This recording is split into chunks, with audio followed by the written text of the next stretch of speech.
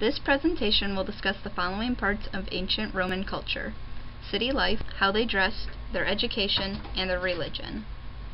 The different classes of Romans would dress differently.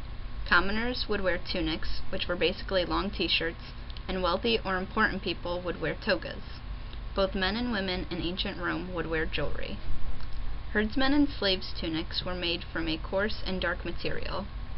They were worn by free Roman men, but were inconvenient because people would feel cold while wearing them. A toga was made of white cotton or linen and resembled a large bed sheet and was draped on the body.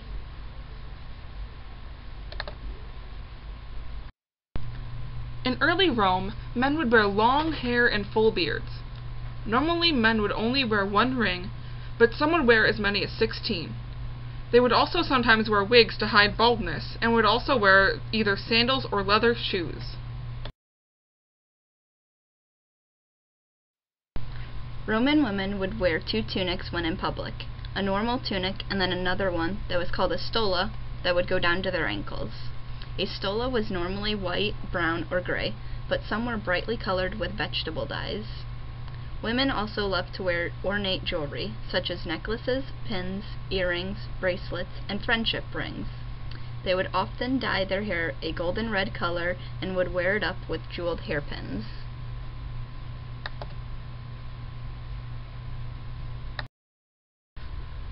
Mothers would teach their children, both boys and girls, until the age of 7.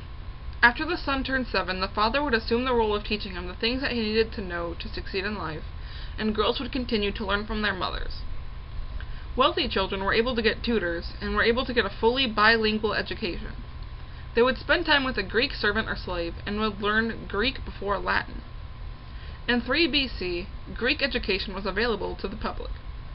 It would take several years for a child to learn how to read and write. For them, school would begin before sunrise. They would get a break for lunch, and would have an afternoon nap. Then school would resume until late afternoon. Roman religion was not based on one central belief. It was a blend of many different influences, such as the Greeks. Romans were very superstitious, and much of their god-worshipping required some kind of sacrifice. To them, religion was less of a spiritual experience and more of humans being obliged to worship the gods. Christians believed in only one God and refused to worship anyone or anything else. They refused to worship Caesar, and Romans felt that this showed disloyalty. For years, Christians were persecuted, but eventually Constantine, one of the emperors, made Christianity Rome's religion.